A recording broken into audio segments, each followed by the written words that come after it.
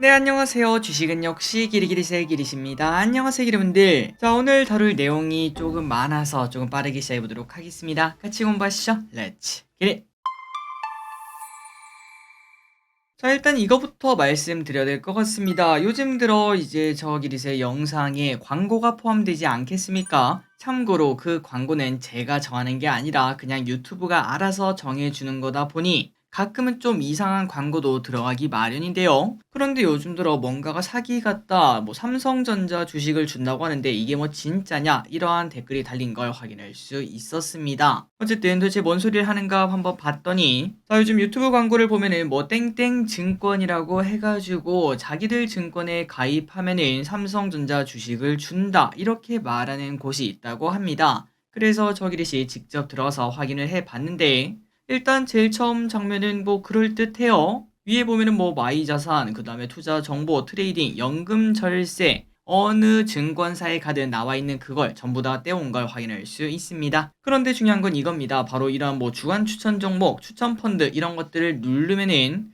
무조건 단 하나도 보여주지 않고 바로 이렇게 이 장면 하나와 가입을 하라, 이러한 얘기를 하는 걸 볼 수 있습니다. 이름, 주민번호, 비밀번호, 뭐 예금주, 은행, 계좌번호 등등 내 정보 그냥 싹 다 내놓으라, 이렇게 말을 하고 있는데, 그래서 이걸 보니까 뭔가 벌써 수상하죠. 그래서 저기듯이 직접 쳐볼 용기는 없어서 한번 네이버에 쳐봤더니 벌써 이렇게 많은 사람들이 많았습니다. OK증권, 뭐 OK, 뭐 삼성 주식을 준다, 이런 거 사기다, 이러한 인증글이 있는 걸 확인할 수 있고, 그리고 아까 첫 번째 봤던 그 장면이 있죠. 이제 뭐 리서치 센터에서 나온 뭐 리포트, 이런 리포트, 그 이름이 뭔가 좀 수상할 것 같다라는 생각을 했습니다. 그래서 저기리씨 이걸 그대로 네이버에 한번 쳐봤거든요. 배터리 생태계 경제 역학구도로 보는 미래 배터리 산업, 이걸 쳐봤더니 바로 이렇게 나왔습니다. 이건 2023년 3월 20일 삼정 KPMG, 여기서 나온 리포트 이름이랑 완전 똑같은 걸 볼 수 있네요. 그런데 왼쪽 위에는 11월 27일이죠. 당연히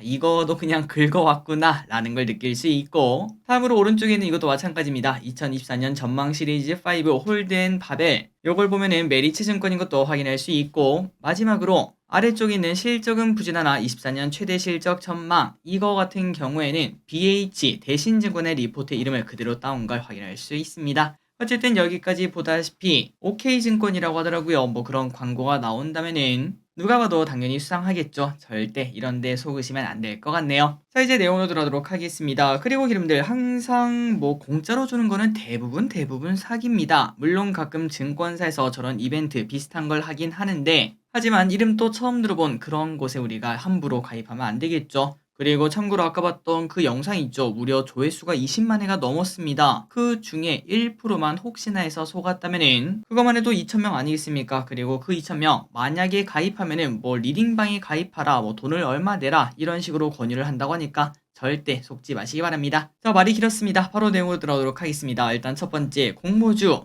진짜 너무너무 뜨겁습니다. 올해 중 가장 뜨거운 모습을 보여주고 있고, 왜 도대체 12월에는 이제 남은 공모주가 없냐, 이런 눈물이 나올 정도인데요. LS 머티리얼즈는 여러분들이 아시다시피 어제 따따블에 이어 오늘 상한가까지 도착하는 모습을 나타냈고, 2차 전지가 아니어서 갈 수 있을까라고 생각했던 블루엠텍, 이 친구도 따따블에 근접하는 모습 보여주고 있습니다. 그래서 이런 흐름이 나타나니까 오늘 진행된 스펙 청약도 아마도 많은 기대분들이 조금 관심을 많이 가지셨을 것 같은데, 유종의미 가득가득 챙겨갔으면 좋겠네요.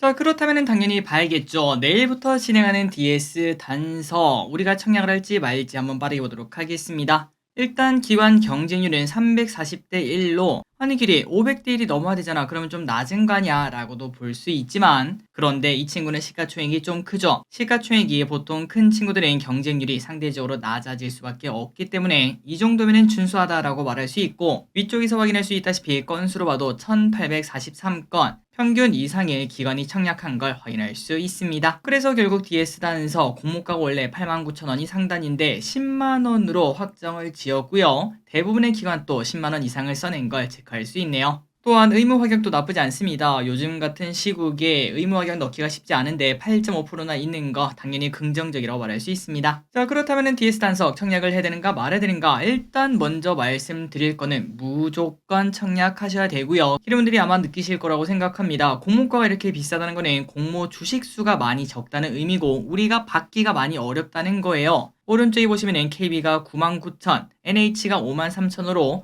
총 15만 주밖에 안 되는데 근데 이거 하나만 받으면은 진짜 혹시나 따따블에 간다면은 30만 원짜리 수익 아니겠습니까? 진짜 말도 안 되는 수익이 가능할 수도 있기 때문에 당연히 청약을 진행해야 되고 가족 계좌까지 꺼낼 필요가 있을 듯 합니다. 그런데 여기서 한 가지 말할 수 있습니다. 아니 기린, 요 친구가 따따블을 어떻게 가냐? 그런데 한번 비교를 해보도록 할까요? LS 머티리얼즈 시가총액 4천억이었는데 그때 당시 기관이 얼마를 청약을 했나 봤더니 25조 원을 청약을 했습니다. 그런데 이번에 DS 단석은 시가총액이 5,800억으로 조금 더 높지만 기관들이 청약한 금액도 31조로 상당히 높은 수준인 걸 체크할 수 있죠. 그런데 LS 머티리얼즈 지금 오늘까지 따따블에 성공하고 게다가 상한가 한번 간 걸 봤을 때 충분히 DS 단석도 설령 따따블이 안 되더라도 야 이거 10만 원이 넘는 수익 그냥 가능하겠다 라는 이야기 해볼 수 있습니다. 자, 그래서 기본 정보 보고 끝내보도록 할게요. DS 단석 내일부터 청약을 하고 상장일은 12월 22일 금요일, 최소 청약 금액은 금액이 좀 큽니다. 50만 원. 기관 수혜치 결과는 340대 1,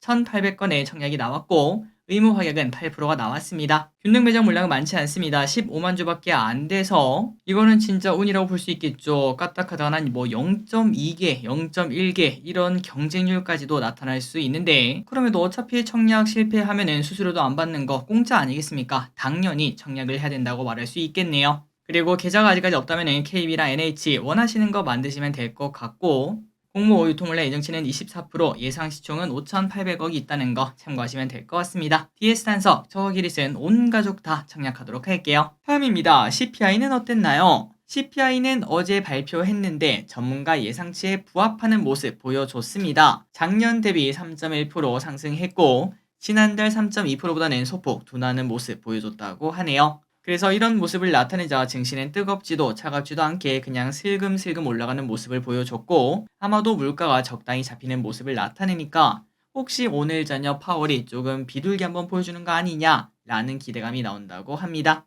과연 우리가 내일 아침에 일어나면 전부 다 끝나 있겠죠. 파월은 왕비둘기를 날렸을지 아니면은 마지막 FOMC에서도 왕매를 날릴지 보도록 하겠습니다. 다음입니다. 옐런은 지금 현재 미국이 연착륙하고 있다고 하네요. 내용을 보겠습니다. 옐런은 미국 경제가 침체 없이 인플레가 둔화되는 거 님들이 봤죠? 이게 바로 연착륙입니다. 이렇게 말을 했습니다. 이번에 발표된 CPI가 그 증거라고 말했고 아마도 2%까지의 그 여정이 고통스럽지 않을 것이라고 하네요. 다만 최근 발표된 설문에 따르면 미국 국민 중 60%는 이미 침체다라고 말하고 있는데 확실히 이런 걸 봤을 때 전문가의 데이터랑 일반인의 체감 차이는 분명 있는 것도 확인할 수 있습니다. 여튼 미국은 일단 내년에 대선이 있지 않겠습니까? 그래서 미국에서도 침체를 당연히 원하지 않을 듯한데 과연 내년에 올 수 있다는 그 침체 막을 수 있을지 계속 보도록 하겠습니다. 다음입니다. 내년은 상저하고 글로벌 투자은행 UBS는 내년에 상저하고를 예상한다고 하며 내년 상반기 경기 침체 리스크로 두 자릿수 이상의 하락폭이 나타날 수 있다 이렇게 경고를 했습니다. 다만 그렇다고 주식시장을 떠날 필요는 없이 그 이유는 아무 일 없었다는 것처럼 반등할 것이라며 그 중심에는 기술 섹터가 있을 것이다 이렇게 전망을 했다고 합니다. 자, 그래서 이제 우리가 이런 걸 봤을 때 솔직히 모릅니다. 내년 초반에 증시가 빠지고 갈지 아니면 계속 갈지.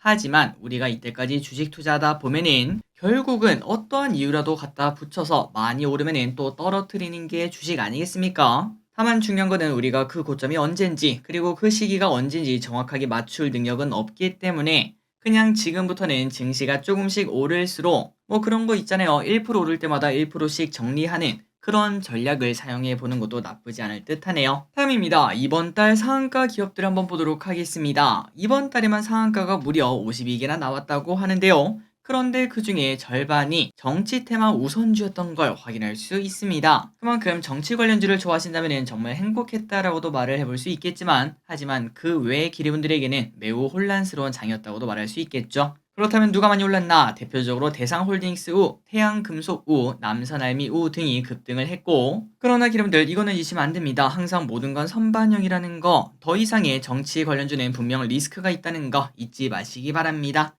단 하나의 상승 시나리오가 있는데 그건 바로 경기 침체발 하락 이런 것들이 나타나게 된다면은 그때는 솔직히 경기 침체랑 1도 상관이 없는 이게 맞나? 라는 얘기를 해볼 수 있지만 정치주가 더 오를 가능성이 그때는 생길 수 있을 것 같네요. 다음입니다. 유류세 2개월 추가 인하입니다.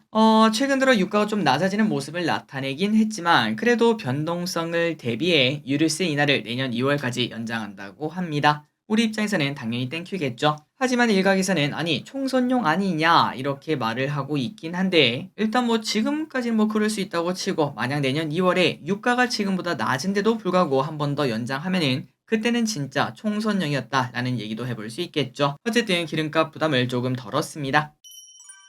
다음입니다. 주담대 어느덧 하단이 3%, 금리가 내려가긴 할 건가 봅니다. 어느덧 금리 하단이 3%대로 내려오는 모습을 보여줬고 내년 초 주담대 대환대출 서비스가 개시되면은 당연히 경쟁이 거세지니까 금리는 더 하락할 것으로 보인다고 하네요. 일단 지금 카뱅은 3.98%, K뱅크는 3.87까지 내려왔고 5대 은행은 3.76까지 내려온 상황이라고 합니다. 그래서 이제 여기서 생각해 볼 건 바로 이겁니다. 이렇게 금리가 내려가다 보면은 결국 사람들은 뭐야 야 집 사는데 부담이 좀 줄어들었다. 그리고 마침 또 집값 보니까 조금 내려온 상황이네. 그러면 이거 지금 사면은 저점 매수 아니냐 이러한 생각이 많아지며 또다시 가계대출 증가로 이어질 수가 있을 것 같은데요. 적당히는 뭐든 괜찮지만 과도하게 또 그런 식으로 몰릴 가능성이 있어서 정부에서도 이 부분은 고심이 조금 많다고 합니다. 그래서 원래 주담대 대환대출 서비스가 올해 출시하려고 했지만 이렇게 내년으로 미뤄진 것도 그 이유 중 하나겠죠. 다음입니다. 슈링크플레이션. 10년 전 메로나를 기억하고 지금 메로나를 사면은 야 내가 큰 건지 얘가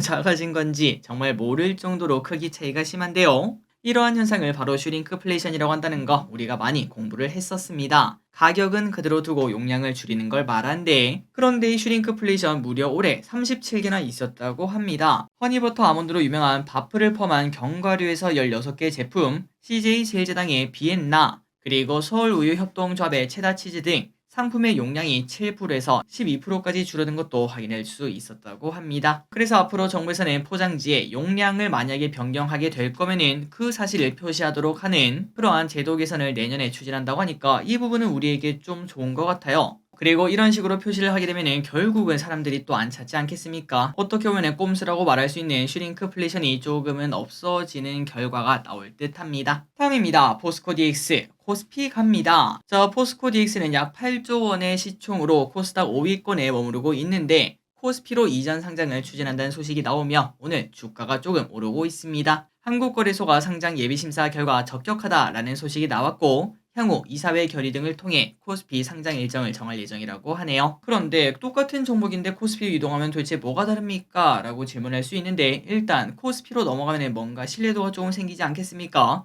그리고 코스피로 들어가면은 큰 금액들이 또 따라올 수도 있기 때문에 패시브 추종 자금 효과 등을 기대할 수 있다고 하네요. 그리고 지금 현재 시가총액이 8조니까 대략 코스피 45위권에 안착할 것으로 보인다고 합니다. 다음입니다. 넷플릭스가 우리가 본 것이라는 모든 콘텐츠에 대한 시청 기록 통계를 발표를 했습니다. 이때까지 넷플릭스는 이러한 데이터를 공개하지 않았었는데요. 하지만 이제는 공개를 했고 18,000개 이상의 프로그램에 대한 정보를 공개했는데 전부 5만 시간 이상 시청이 되었다고 합니다. 자, 그래서 지난 6개월간 가장 인기 있던 콘텐츠가 뭔가 바로 8억 1200만 시간을 기록하며 가장 많이 시청된 게 바로 오리지널 액션 스릴러 더 나이트 에이전트 시즌 1이라고 합니다. 그리고 영화 부분에서는 더 마더가 가장 많이 시청되었다고 하는데 참고로 더 나이트 에이전트 같은 경우는 저도 그 희리 씨랑 같이 봤던 기억이 납니다. 끝까지 보진 못했는데 나쁘지 않더라고요. 만약에 시간만 있었다면 계속 봤을 것 같은데 아마도 남성분들은 대부분 좋아하시지 않을까라는 생각이 듭니다. 그리고 더 마더는 아직까지 보지 못했지만 많이 봤다고 하니까 나중에 연말에 한번 봐야 될 것 같습니다.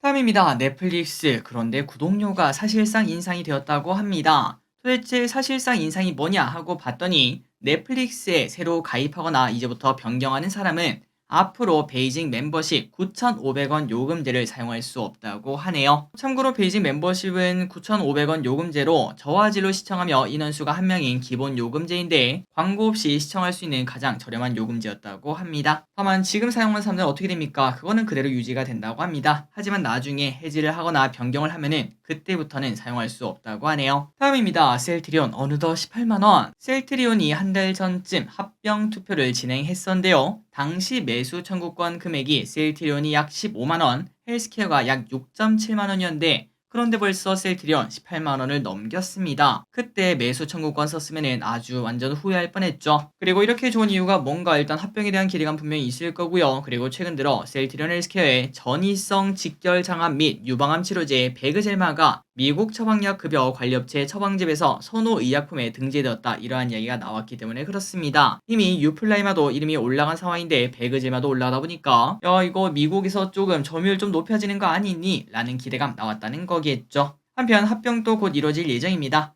합병일은 28일로 내년 1월 12일 날 이제 재상장한다고 하니까 이 부분도 참고하시기 바랍니다. 그리고 저기리스의 개인적인 경험으로는 이런 식으로 합병하고 나면은 그 상장하는 날이 있죠. 1월 12일 완전 천하제일 단타 대회가 열리기도 하던데 과연 그때까지 셀트리온의 주가는 어떨지 그리고 그날 주가는 어떨지 관심 가져보도록 할게요.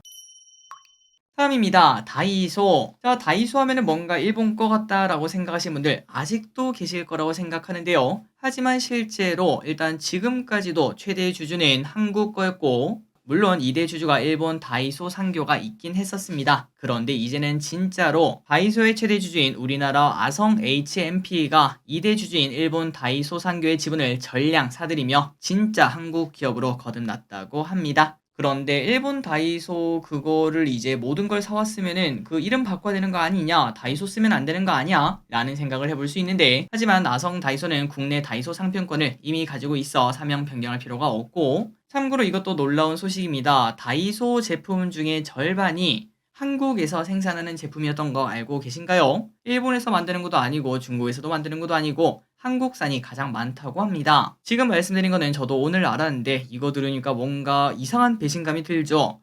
뭐야 야 다이소는 그 일본 거랑 약간 비슷하고 그 다음에 이제 제품 뭐 다 중국산 이렇게 생각했는데 그게 아니라는 거 어떻게 보면은 진짜 한국에 가까운 기업이라는 걸 한 번 더 확인할 수 있었습니다. 다음입니다. 게임주 옥석 가리기 1년 전만 하더라도 코스닥 4위와 6위를 차지했던 카카오게임즈와 펄어비스 지금은 이제 코스닥의 주가를 거의 뭐 2차전지가 좌지우지하지 않겠습니까? 그런데 그때는 게임주도 절대 무시하지 못하는 그런 위치에 있었습니다. 하지만 카카오게임즈와 펄어비스 이제는 시가총액 10위권 밖으로 밀려났다고 하며 그 이유는 당연히 저조한 실적 때문에 그렇죠. 물론 최근 들어 일부 게임주가 반등하고 있긴 합니다. 하지만 증권가에서는 게임주 조금 더 조심해야 된다 이렇게 말을 하고 있고 3분기에도 일부 회사를 제외하고는 전부 다 워닝 쇼크를 기록 4분기와 1분기에도 이익 전망치가 계속 낮아지는 걸 봤을 때 선별적인 옥석 가리기가 필요하다라는 이야기가 필요합니다.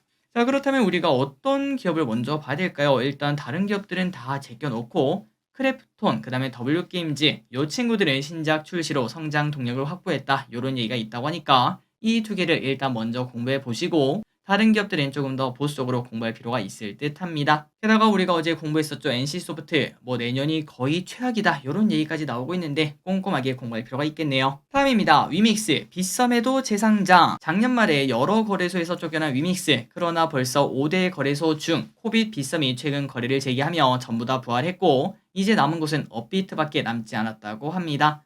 그래서 이런 소식이 나오자 최근 들어 위믹스 위메이드가 매우 뜨거운 이유를 알 수 있을 것 같고 다만 최근 들어 뭐 코인이 조정을 받는다 이런 얘기가 많긴 하지만 이거 내가 언제쯤 살 수 있을까 이런 생각이 계속 듭니다. 우리가 이렇게 경제 공부를 할 때 코인 뉴스를 뭐 거의 뭐 하루 한 번은 보는 것 같은데 그럼에도 불구하고 투자하기는 조금 많이 어렵네요. 다음입니다. 모건 스탠리 나도 반도체 사러 왔슈. 최근 모건 스탠리가 한국의 반도체 소부장 쇼핑을 했다고 합니다. 12월에 신규 투자한 기업들을 보니까 요즘 너무나도 뜨거운 제주 반도체 왼쪽에 보시면은 야 이거 내가 왜 안 샀나 라는 생각이 들죠.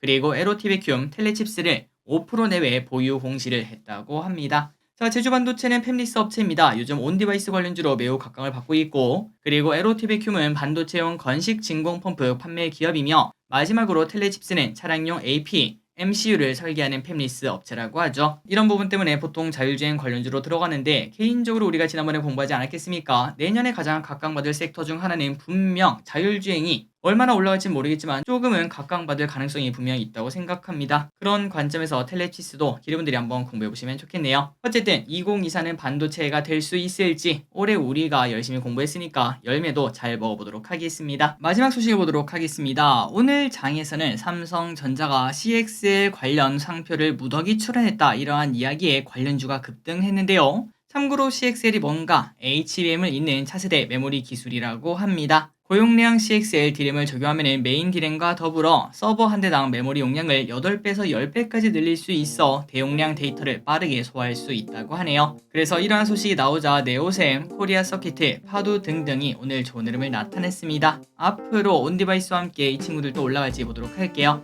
자, 오늘의 공부 여기까지 끝났습니다. 항상 이렇게 같이 공부해서 진심으로 감사합니다. 지금까지 기리셨습니다. 빠이요.